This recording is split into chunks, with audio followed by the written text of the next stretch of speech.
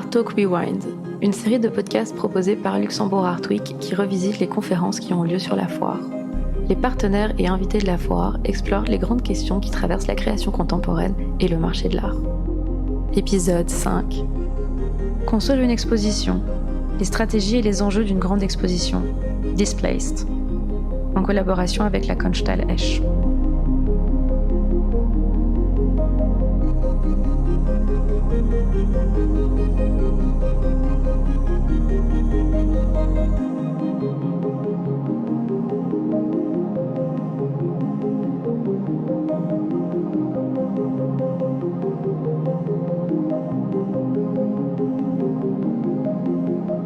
Alors, bonjour à tous et merci d'être venus pour une présentation de la Kunsthalle à travers cette thématique de construire une exposition. Alors, avant d'aborder concrètement le sujet, je vais d'abord nous présenter. Donc, à droite, c'est Christian Mozart, qui est directeur de la Kunsthalle Esch, mais aussi du Brida House, qui est une résidence d'artistes située à Esch-sur-Alzette. Et à ma gauche, Charles Vénic, qui est assistant de direction et co-curateur, curateur aussi sur certaines expositions. Et donc, moi, je suis Charlotte Mass et je suis curatrice à la Kunsthalle. Donc, alors, pour ceux qui connaissent pas encore la Kunsthalle, je voulais vous en parler rapidement.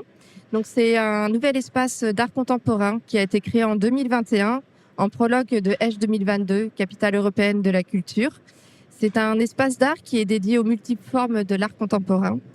Aujourd'hui, la Kunsthalle, après 2 ans et demi d'ouverture, est devenue une institution de renommée internationale, alternant expositions monographiques et thématiques. C'est également une plateforme de création et d'échange qui favorise un dialogue avec l'actualité de l'art contemporain, avec une attention particulière pour une présentation muséale immersive que vous pourrez constater au travers des exemples que nous allons vous présenter. La Kunsthalle développe également un programme de médiation visant à promouvoir la participation active du public. Aujourd'hui, nous offrons une opportunité aux artistes émergents et les pratiques artistiques contemporaines en mettant l'accent sur la production de nouvelles œuvres à chaque fois que nous proposons une exposition, mais aussi la réalisation de publications de catalogues.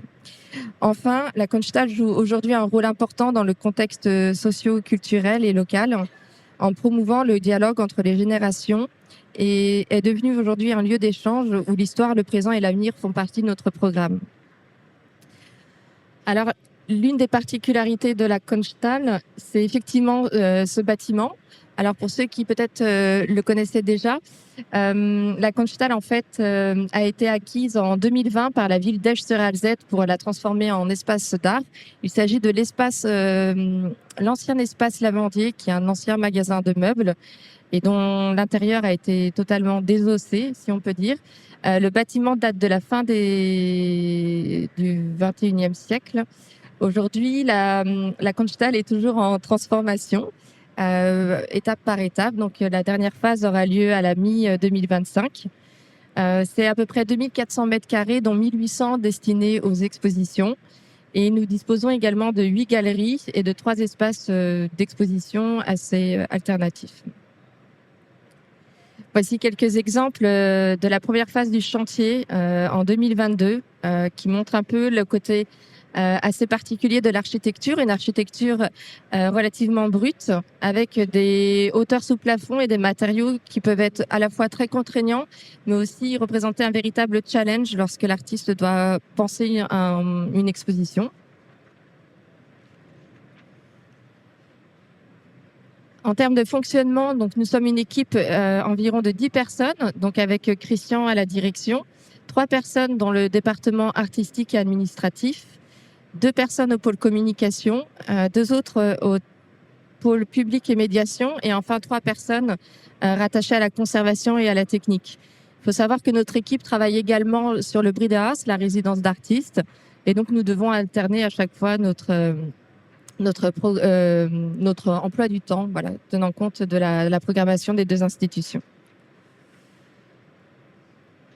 Alors, pour en revenir sur la programmation spécifique de la Kunsthalle, donc nous proposons, comme j'expliquais, des expositions monographiques et thématiques avec des artistes internationaux et émergents. Donc, sur notre site internet, vous pouvez retrouver toute l'actualité. Effectivement, les expositions en cours. Aujourd'hui, Display, cette exposition collective. et le solo show de Vera Cox, mais également en fait une actualité passée et à venir. Pour résumer, la Kunsthal propose 8 expositions par an avec 1 ou 2 projets collaboratifs, comme nous avons déjà fait par le passé, et la durée des expos dure entre 3 et 6 mois. Alors, pour parler effectivement des projets avec une muséographie immersive, je vais laisser la parole à Christian Mozart, qui a justement ouvert la Kunsthal avec le projet incroyable de Gregor Schneider, Ego Tunnel, et qui a ouvert ses portes en septembre 2021. Merci. Merci d'être passé. Bienvenue. Alors, en fait, la Kunsthal a une histoire particulière qui est aussi liée au calendrier. Ce bâtiment a été acquis presque juste quelques mois avant son ouverture. Donc, nous avions très peu de temps et le bâtiment en soi était un magasin de meubles.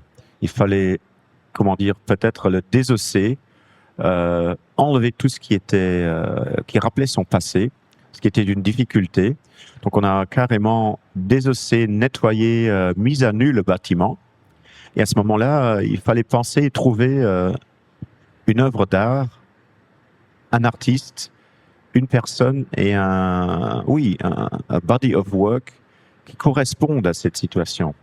La Kunsthal n'était pas du tout prête à recevoir des œuvres d'art à conserver, muséales et ainsi de suite.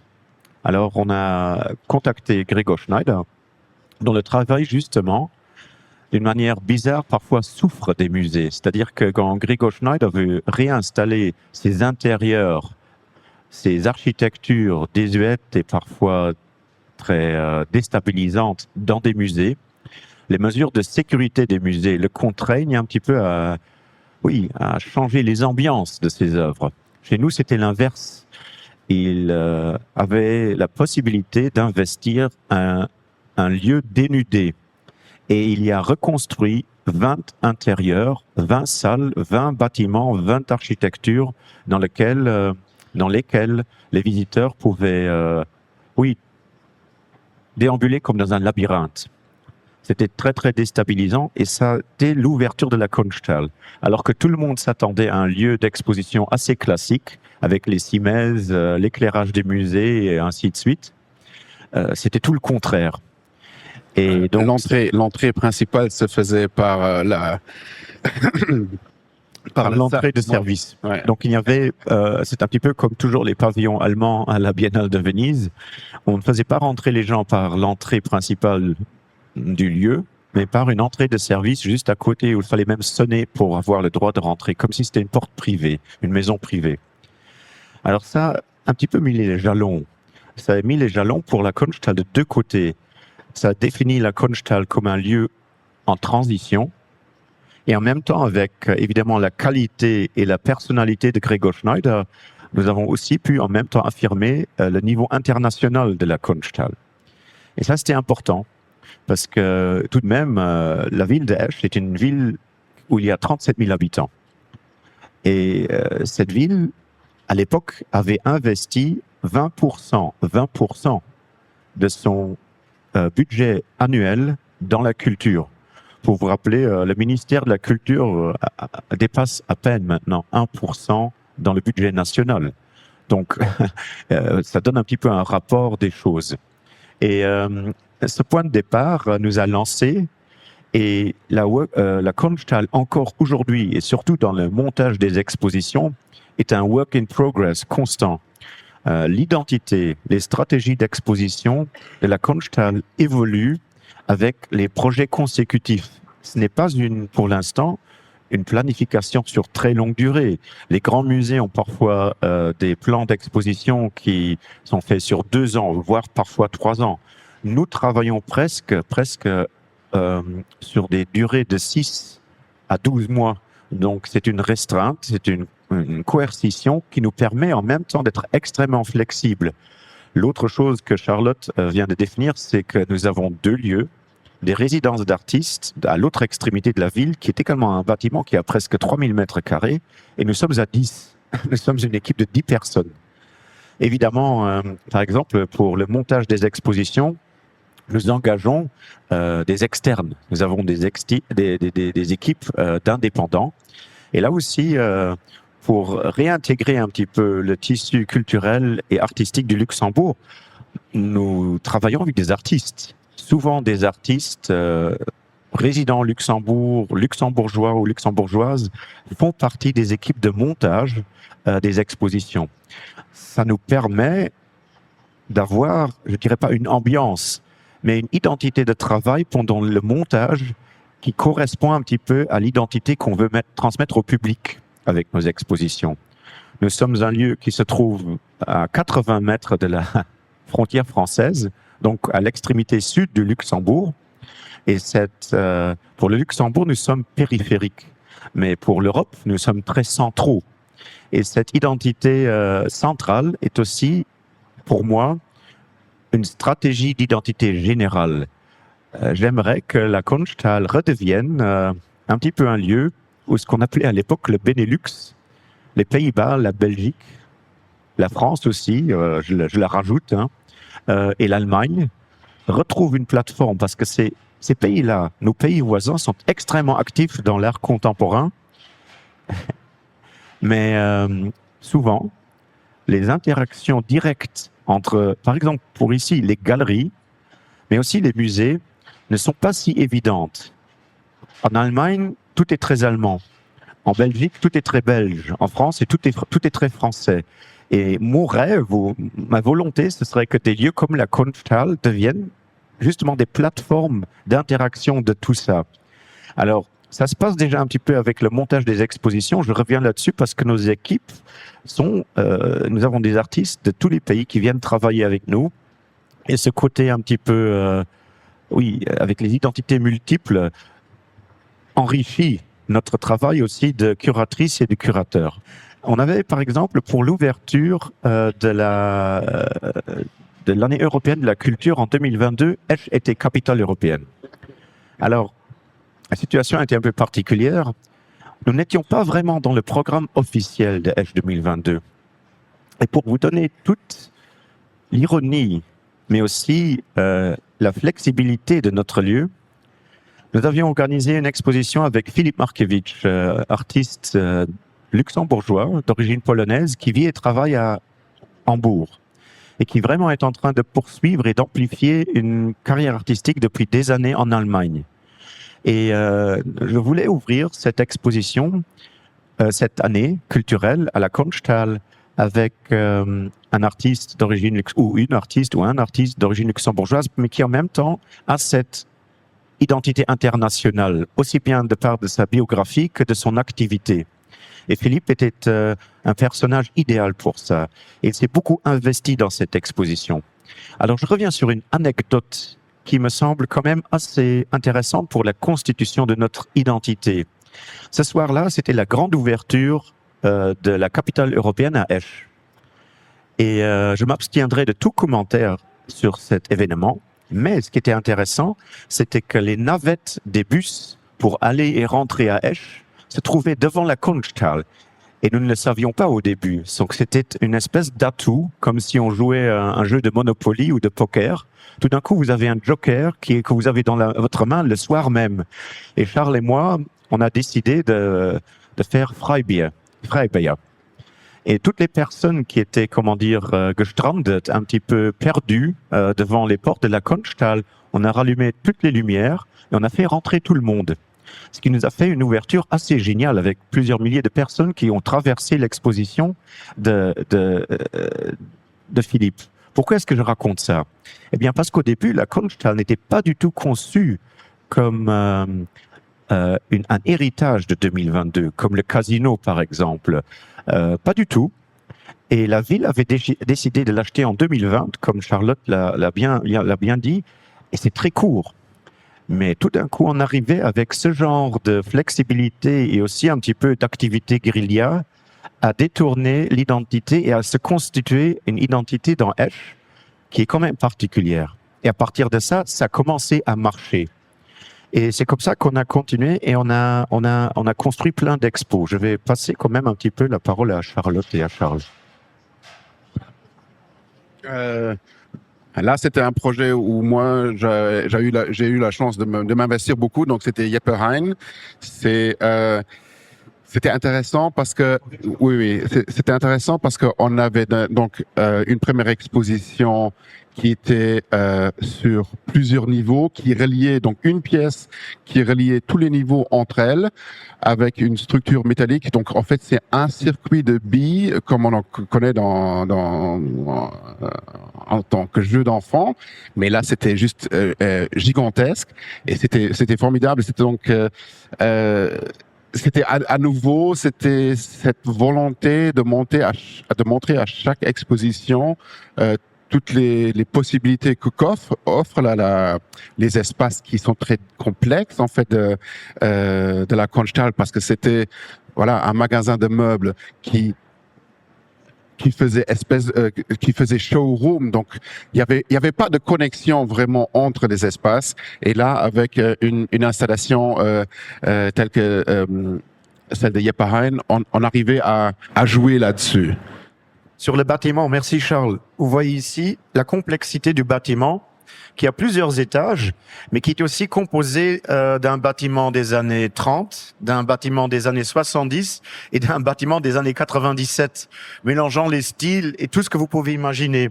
Et là-dessus, au début, on avait énormément de difficultés à s'orienter, à se retrouver dans le bâtiment. Et Charles et moi et notre équipe, nous avons décidé de faire de ça un atout. C'est-à-dire d'utiliser cette identité architecturale hétéroclite comme un atout. Ce qui veut dire qu'à chaque fois les visiteurs, et j'ai remarqué ça quand on a les vernissages, ils nous disent à chaque fois c'est totalement différent. Je dis bah oui, c'est d'autres expositions. Ils disent non, le lieu est différent. Je me perds et je me repère à chaque fois dans le lieu qui a changé complètement d'identité intérieure. Excuse-moi oui, on peut revenir sur les... Alors en 2022, et là c'était effectivement avec le soutien de H 2022, nous avons organisé la première exposition thématique sur le design et comment les designers et les artistes d'aujourd'hui utilisent le savoir-faire traditionnel du métal pour concevoir des œuvres à la limite entre l'édition unique et l'objet en série. Et donc la Kunsthalle effectivement assure une curation en interne au travers de nous trois, mais fait aussi des invitations à d'autres personnes. Et donc là, nous avons collaboré avec Georges Zigrand pour penser cette exposition. Donc l'image que vous voyez est assez historique dans l'histoire de la Kunsthalle, puisque c'était vraiment au moment où la Kunsthalle vivait une première phase de travaux. Donc les murs étaient très très bruts avec du métal et de l'acier. Et donc justement, on a joué sur ce volet scénographique pour pouvoir proposer une exposition sur l'intégralité du deuxième étage et rassembler plusieurs pièces en écho avec la thématique que nous souhaitions aborder. L'avantage de cette exposition, c'est que ça a permis de faire connaître effectivement la Kunsthalle à l'international, puisqu'on a emprunté des œuvres à des musées comme le musée Vitra, par exemple, mais on a eu des collaborations incroyables avec, par exemple, le designer londonien Thomas Heatherwick, qui nous a prêté cette grande extrusion de 4 mètres et qui a été tout un challenge pour nous pour la transiter à travers les escaliers, puisque celle-ci ne passait pas dans l'ascenseur. Mais aussi avec Joris Larman, un designer néerlandais, et puis aussi des artistes luxembourgeois. Oui. Et puis voilà, nous avons travaillé sur une signalétique particulière, puisque ici, contrairement à un accrochage classique où c'est présenté sur les murs, tout était référencé sur le sol, de sorte à ne pas empiéter sur la valorisation visuelle des pièces qui étaient exposées. Les collaborations se font avec des commissaires invités, mais aussi avec d'autres collaborateurs, et comme par exemple avec des architectes. Dans le cadre de H 2022, nous avions invité l'artiste lituanien Demantas Narkevičius, qui propose une œuvre essentiellement vidéo basée sur une narration par rapport à l'histoire de la Lituanie et travaille à partir d'archives. Et donc pour ça, nous avons travaillé avec le bureau Echois 2001, comme j'expliquais, puisque l'architecture est assez contraignante. Donc il faut savoir comment composer, à la fois respecter la lecture de l'œuvre, mais aussi tenir compte de la circulation du public et du dialogue des œuvres entre elles. Et donc pour cette installation, nous avons en fait créé des boîtes avec cette idée de respecter effectivement aussi les possibilités de recyclage, de réemploi de ce bois et de ce métal. Ça se dit assez aisément, mais effectivement, notre directeur technique freelance, il est très axé là-dessus. Donc, on recycle toujours les bouts de bois. Elles sont toujours dans le stock et progressivement qu'il faut construire des bancs ou des socles, on arrive à vraiment réinjecter les matériaux qu'on a. Exactement. Donc la sustainability, elle est garantie depuis cette année-là. Donc depuis 2022, on réutilise ces matériaux-là. Ce qui est quand même assez particulier. On avait aussi des mousses pour l'acoustique qu'on réutilise en ce moment pour des projections vidéo. Donc on essaye de plus en plus de faire attention à cela et de conserver les matériaux, de les réutiliser. Il y avait autre chose pour ça dont on en parle. Juste une indication. À l'époque, Kaunas, seconde ville de Lituanie, était également capitale européenne de la culture. Et justement, tout au début, on a immédiatement contacté Deimantas Narkevičius, qui avait déjà un contact avec le Luxembourg. En 1998, il avait participé à Manifesta 2, la biennale européenne de l'art contemporain qui avait lieu ici. Il avait contribué avec une installation et là, on l'a réinvité et c'était une sorte de rétrospective. Et comme Charlotte l'a très bien décrit, on avait carrément construit presque 10 salles de cinéma à l'intérieur de nos bâtiments. Et ce que vous voyez un petit peu à droite, et ce qu'on voyait sur Metalworks, c'est structure de support rouge, les Treasuren op Französisch, les poutres en métal évidemment, qui sont issues de l'Arbeit. Si vous jetez un coup d'œil là-dessus, surtout sur le plafond, vous vous rendrez compte, elles sont toutes différentes. Ce bâtiment a été construit en 1979. On était en pleine crise de l'acier au Luxembourg et aussi crise du pétrole. Conséquence du crise du pétrole, en 1979, le Luxembourg avait de grands problèmes économiques. Et ça, c'est du recycling. Toutes ces poutrelles sont différentes, sont des poutrelles qui ont été utilisées par l'architecte comme de la récupération, parce qu'elles ont toutes des tailles différentes et sont associées d'une manière assez le plus logique possible, mais quand même hétéroclite. Et ça, on ne le voit pas du premier coup d'œil. Et ça aussi, ce sont des histoires de nos bâtiments que nous, on n'a pas encore vécu, dont on n'a pas participé, mais qui forment l'identité de la Kunsthalle et qu'on a essayé de garder. Alors, comme j'expliquais, la Kunsthalle en fait propose des expositions monographiques d'artistes émergents ou confirmés, internationaux ou luxembourgeois, et vraiment tient compte à une représentation des artistes femmes dans sa programmation. Et ici, c'est la dernière exposition que j'ai curatée avec Isaïe Kenaga, qui est donc résidente au Luxembourg et de nationalité mexicaine. Et donc là, ensemble, on a en fait pensé l'exposition pour savoir comment on allait présenter au mieux ces œuvres, essayer de construire un propos à la fois scénographique et artistique, donnant finalement une lecture relativement différente des autres expositions à laquelle elle a participé. Et donc voilà, comme nous expliquions, nous pensons toujours en fait à transformer nos espaces. Et donc là, c'est une vue de la deuxième salle avec une lecture plutôt archéologique finalement de ces œuvres qui travaillent en fait la poterie, avec une scénographie mettant en scène justement un rideau en plastique qui avait été installé par notre régisseur freelance.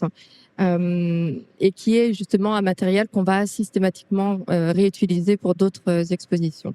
Je crois que cette mise en valeur, ce qui est très important justement pour les artistes émergents qui peut-être jusque-là ont plutôt exposé dans des petites galeries ou des petites structures communales, ils ont pas encore eu cette possibilité de montrer leur travail dans un cadre vraiment valorisant. Et ça c'est quelque chose, bien sûr, que nous on peut pousser jusqu'à l'extrême et vraiment d'avoir après quelque chose, des belles images, mais aussi inviter d'autres galeristes, d'autres représentants d'autres institutions pour voir comment un travail émergent peut être vraiment valorisé et voilà, continuer. Hein. Et dans le cadre de cette exposition, nous avons, je l'avais expliqué en introduction, soutenu l'artiste notamment en finançant la production de nouvelles œuvres. Donc, elle reste propriétaire de l'œuvre à l'issue de l'exposition. Mais voilà, ça fait partie de notre accompagnement de carrière. Et dans le cas d'Isae Kenaga, effectivement, elle était vraiment invitée à pouvoir travailler le volume, ce qui est vraiment un avantage à la Kunsthalle, c'est-à-dire de vraiment prendre part des avantages de cet espace et vraiment penser l'œuvre d'une manière relativement différente par l'expérimentation. Voilà. Là, Christian, il va nous expliquer un peu comment il est, le sujet de Displaced 1 et 2. Donc, c'est assez compliqué parce qu'il y a deux volets. C'est très simple. Oui. On a actuellement une exposition qui s'appelle Displaced sur la notion de qu'est-ce qui se passe quand vous perdez la notion de chez soi, zu Hause, daheim. Si vous la perdez par la force, par l'agression, par la volonté, par votre choix, par le choix de quelqu'un d'autre, que se passe-t-il? Et comment aussi par rapport surtout à l'architecture, comment les artistes contemporains ont-ils travaillé ce sujet? C'est actuellement notre exposition, elle va jusqu'au 19 janvier. Et en prologue de ça, nous avions scindé en deux parties, Displaced numéro 1 et Displaced numéro 2. Et le numéro 1, qui a duré de juin à octobre, était cette bulle en plastique que vous voyez sur la gauche, sur la façade de l'hôtel de ville. Donc nous sommes sortis de la Kunsthalle, nous avons accaparé la salle des mariages de l'hôtel de ville de Esch, où nous avons placé un contrepoids de 12 tonnes et nous y avons gonflé cette bulle en plastique qui est en fait une œuvre historique de l'art contemporain du groupe Haus Rucker & Co., qui sont un groupe d'architectes et d'artistes des années 60, 70 jusqu'à 80. Et cette œuvre a été montrée la première fois en 1972 à la Documenta numéro 5. Il y avait J'étais même pas né. Moi, j'étais pas né. Moi, j'étais né. Mais en tout cas, la même bulle se trouvait sur le côté droit du Museum Fridericianum à Kassel, qui est un des premiers musées publics en Europe du XVIIIe siècle. Et Günther Zamkelb, qui est un des survivants du groupe Haus Rucker, était fasciné par cette idée de replacer la bulle sur une façade historisante. Ce que nous avons fait, donc nous avons reproduit la bulle en plastique, les structures en métal étaient existantes, et nous l'avons regonflée pour 3 mois sur la façade de la ville d'Esch. À l'intérieur, il y a 2 palmiers avec un hamac qui est attaché entre les deux. Alors, je vous rappelle, on est une équipe de 10 personnes. Charles a énormément travaillé sur ce projet pour le faire réaliser. On travaille toujours avec des firmes résidents au Luxembourg, de préférence à Esch. On imprime tous nos catalogues, tous nos livres, il y en a beaucoup, avec une imprimerie à Esch. On a travaillé ici avec une firme spécialisée à Luxembourg dans le montage de scénographie comme celle-ci, etc., etc. Donc, cet ovni sur la façade est évidemment la version utopiste de Displaced, du chez-soi.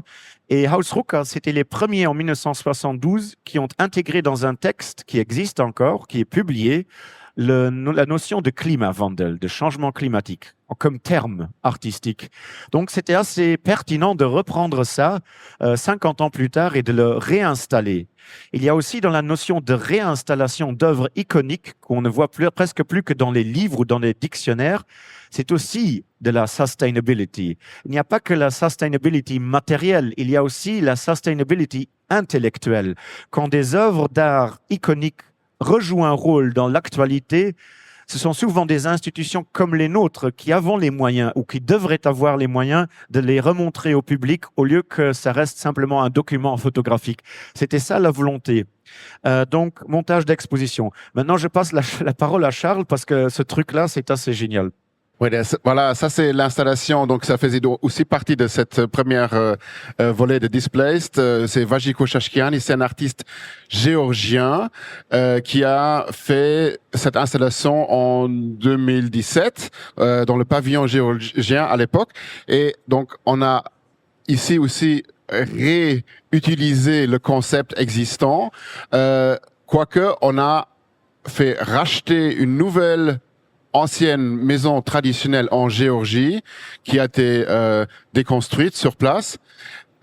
Après, ça nous a stressé beaucoup parce que on était un peu, voilà, les calendriers ils sont un peu emmêlés. Il fallait quand même faire passer un camion sur la mer Noire, le faire rentrer en Europe. Ça c'est intéressant aussi. Dès que on travaille de l'autre côté de la frontière européenne, tous les paperasses deviennent encore plus compliqués. D'ailleurs, je veux remercier encore une fois nos structures ici ministérielles qui nous ont beaucoup aidés à faire rentrer cette pièce au Luxembourg. Et voilà, non mais c'est important. Et je laisse encore Christian dire quelque chose sur le volet sur le volet symbolique, je dirais, de cette pièce qui est quand même assez intéressant. Merci Charles. C'est venu en conteneur, en pièces détachées totalement. C'était des bouts de bois. Et il y avait trois collègues géorgiens qui étaient arrivés, qui l'avaient démonté là-bas et qui l'ont remonté sans plan. On a paniqué un peu, Charles et moi, parce qu'ils sont arrivés, on n'avait pas de plan pour remonter cette dacha. Donc ils l'ont reconstruite d'après, disons, les souvenirs qu'ils avaient du démontage. Et ça a super bien marché. Pour vous donner une idée, à l'époque, quand cette œuvre de Vajiko a été installée comme pavillon géorgien à la Biennale de Venise en 2017, eh bien, à ce moment-là, quand elle a été démontée, elle a disparu, ça veut dire qu'ils l'ont jetée. Nous, par contre, on va la garder, la démonter pièce par pièce, faire un plan, et elle va être exposée par l'artiste l'année prochaine en Chine, lors d'une grande exposition. Donc là, à nouveau, aussi, on fait attention à garder les objets et les œuvres. Là-dedans, malheureusement, le film ne marche pas. Il faudra donc venir visiter la Kunsthalle jusqu'au 19 janvier. Il pleut non-stop. C'est une dacha à l'intérieur. Il y a une pluie incessante qui bouffe et qui pourrit les meubles d'origine qui sont là-dedans. Et c'est un travail, effectivement, comme Charles le dit, très symbolique. Je ne vais pas entrer dans les détails. Je vous ferai une visite privée si vous venez avant le 19 à Esch. Demandez après moi. Je suis en général quelque part en train de réparer des trucs dans la maison.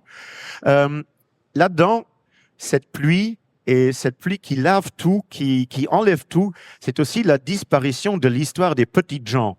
Nous avons la grande histoire, également l'histoire politique qui se passe en ce moment même en Géorgie, qui est quand même très spectaculaire et très dérangeante aussi. Mais il y a aussi cette histoire des familles, des histoires des architectures vernaculaires et ancestrales qui sont en train de disparaître. Et c'est ce qui est également illustré là-dedans. Voilà, quand on a commencé à travailler sur Displaced 1, Charlotte, elle a eu le travail de titan de construire en fait presque tout Displaced 2. Voilà, et je crois que là c'est super intéressant. Elle va nous raconter on va pas aller sur toutes les pièces, mais peut-être plus sur quelques highlights et aussi peut-être aussi sur le calendrier qui était aussi intéressant dans ce contexte. Donc le second volet de Displace qui a ouvert en septembre rassemble 14 artistes et il faut savoir que la programmation est pensée avant en tout cas l'ouverture de l'exposition. Donc tous les artistes ont été choisis avant les derniers conflits que nous connaissons et vous allez comprendre vite pourquoi. Je vais vous expliquer et je laisserai Christian expliquer une des œuvres. Mais par exemple ici on va retrouver, voilà, ce que je voulais dire c'était que construire une exposition c'est pas que en fait faire une sélection d'œuvres et puis construire une scénographie, c'est vraiment aussi essayer de transmettre un message au public et essayer de faire comprendre ce que l'artiste souhaite exprimer à travers cette œuvre-là. Et donc, on a eu la chance de pouvoir collaborer avec Tazir Batnivi, avec cette œuvre notamment phare. Et Tazir Batnivi, c'est un artiste palestinien qui a quitté Gaza depuis 2006 et qui vit aujourd'hui à Paris. Et donc, avec cette œuvre, en fait, lorsque le visiteur va rencontrer cette œuvre, il va avoir l'impression qu'il s'agit en fait d'une agence immobilière. En fait, Tazir, il s'est passé qu'en décembre 2007, après l'attaque d'Israël sur Gaza, il a demandé à un ami photographe d'aller en fait documenter des maisons qui avaient été détruites. Et donc finalement, vous allez retrouver une photo de cette ruine et de tout l'avantage que proposait à l'époque en fait cette résidence à ces gens qui aujourd'hui ont perdu en fait leur maison, leur chez-soi. Et donc voilà, Tazir, on avait décidé de travailler avec lui avant les événements. Donc, comme je l'expliquais, c'est toujours choisir un artiste et choisir une œuvre qui va porter un message. En bas, on a eu la chance de pouvoir travailler avec Candida Hofer et dans sa version originale, en fait, ce sont des diapositives, 80 images qui documentent la vie des Turcs en Allemagne, qu'elle a en fait photographiée vers la fin des années 70 dans différentes villes en Allemagne. Donc, par exemple, à Berlin, à Düsseldorf. Et donc, c'est une œuvre aussi intéressante pour Candida Hofer puisque c'est la dernière série dans laquelle elle a pris en photo des personnes, puisqu'aujourd'hui, elle va plutôt documenter les architectures d'intérieur, les espaces publics qui sont vides. La Kunsthalle, c'est aussi accompagner, comme j'expliquais, le travail d'artiste, la construction finalement d'une nouvelle œuvre. Et c'est ce qui s'est passé avec Samira Odei, en bas à gauche, qui est une artiste iranienne qui habite à Berlin et qui a bénéficié d'une résidence d'artiste au Brida House et qui lui a permis justement d'explorer un peu le territoire échois. Et donc, elle a décidé de travailler sur un dialogue visuel par rapport à l'histoire de l'industrie en Iran et au Luxembourg, à travers la ville d'Esch et une autre ville justement en Iran. Et en haut, justement, une œuvre aussi très historique d'Ivaka. Je laisserai en fait Christian la présenter. Voilà. Oui, c'est aussi une œuvre un peu phare pour l'exposition qui se trouve dans la salle centrale lorsqu'on entre à la Kunsthalle au rez-de-chaussée. Et Hiwaka, cette œuvre a le titre de One Room Apartment. Hiwaka est un artiste kurde qui a dû également fuir son pays. Et pendant cette fuite, il a non seulement vécu, mais aussi documenté certains éléments architectoniques qui accompagnaient cette fuite. Notamment, il a fait une photo où cette structure architecturale se trouve dans le désert et elle ressemble, elle est identique à ce que vous voyez. Donc ça, c'est une reconstruction finalement de ce qu'il a photographié dans le désert. Et cette architecture dans le désert était un essai ou un module ou un essai d'architecture modulaire des Américains qui devait remplacer les maisons détruites dans cet endroit après la Deuxième Guerre d'Irak. Et c'était assez cynique parce que c'était une architecture qui n'était pas du tout terminée ni prête, comme vous le voyez. Et d'un côté, c'était cynique parce que c'était une maison pour célibataires, alors que les structures sont familiales. Et d'un autre côté, c'était cynique parce que ce modèle était construit à côté d'un champ de mines. Donc tout ça, évidemment, Hiwaka l'a rapporté et il l'a ramené à la Documenta. Il avait fait un grand travail à Kassel à la Documenta et un satellite à l'époque à Athènes.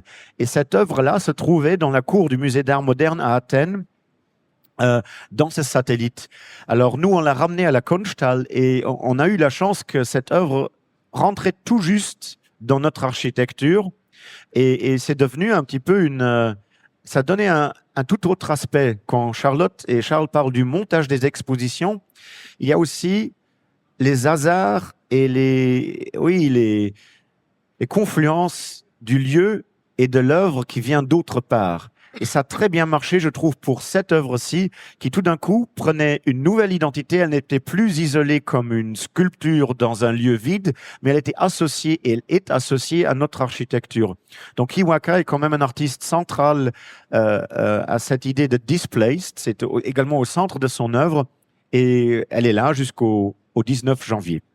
Je crois que pour construire une exposition, c'est pas seulement la construire physiquement, tous les aspects conceptuels, financiers et après voilà la logistique du montage, démontage. C'est aussi l'accompagner par des interviews, par des catalogues, par une volonté d'expliquer et aussi d'archiver qu'est-ce qui s'est passé.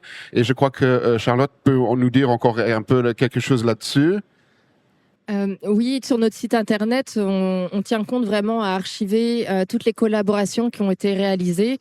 Et donc, c'est pour ça que vous pouvez retrouver effectivement des interviews d'artistes, ce qui est systématique dès lors qu'on a de toute façon une exposition monographique, mais aussi des explications à travers l'interview des curateurs.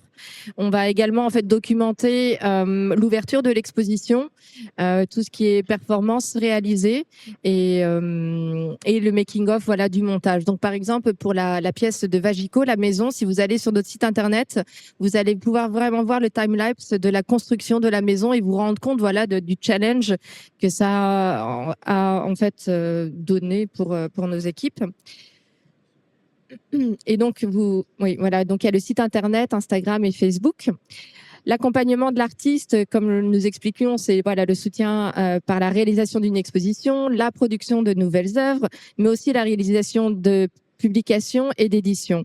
Donc, sur nos sites internet, vous retrouvez également tout ce qui a été déjà réalisé, et avec, par exemple, une édition limitée de l'artiste française Julia Cotin, qui a réalisé justement une pièce en bois, ou encore d'autres publications, ou par exemple une gravure de Titus Schad, l'artiste allemand, qui a eu une exposition monographique en début d'année.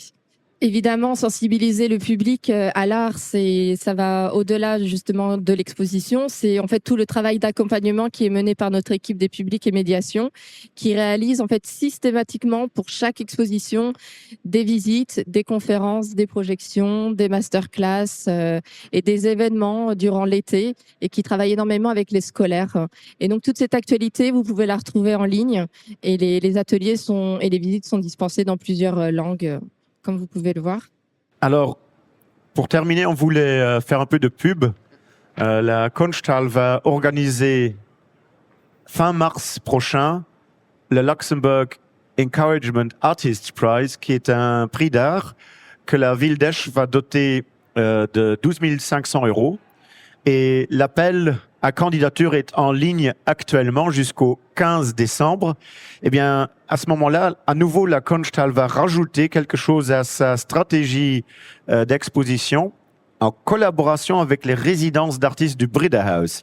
C'est-à-dire que les 4 lauréats choisis pour le Luxembourg Encouragement Art Prize vont d'abord recevoir une résidence, chacun une résidence de 1 mois au Brederhaus pour préparer l'exposition.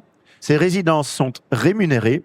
Ensuite, il y aura l'exposition en soi, avec la publication de catalogues pour les 4 artistes, et bien sûr le prix doté, comme je l'ai dit, de 12 500 € qui sera remis avec donc une suite d'expositions à la Kunsthalle. Ce sera la première fois que nous allons organiser un concours, un prix d'art, qui était jusqu'à présent organisé à Luxembourgville par les Rotondes, qui sont et restent notre partenaire. Mais les Rotondes sont en transformation, donc nous allons reprendre le LIP pour une, voire certainement 2 éditions à la Kunsthalle. Donc voilà encore une autre stratégie pour soutenir la création d'art contemporain au Luxembourg. Voilà, je voulais vous remercier. On a décidé de réussir à faire ça en 40 minutes. Je crois que c'est plus ou moins réussi. J'espère que ça vous a intéressé. Je vous invite sincèrement à venir à la Kunsthalle jusqu'au 19 janvier, excusez-moi. La Kunsthalle est gratuite. L'entrée est gratuite.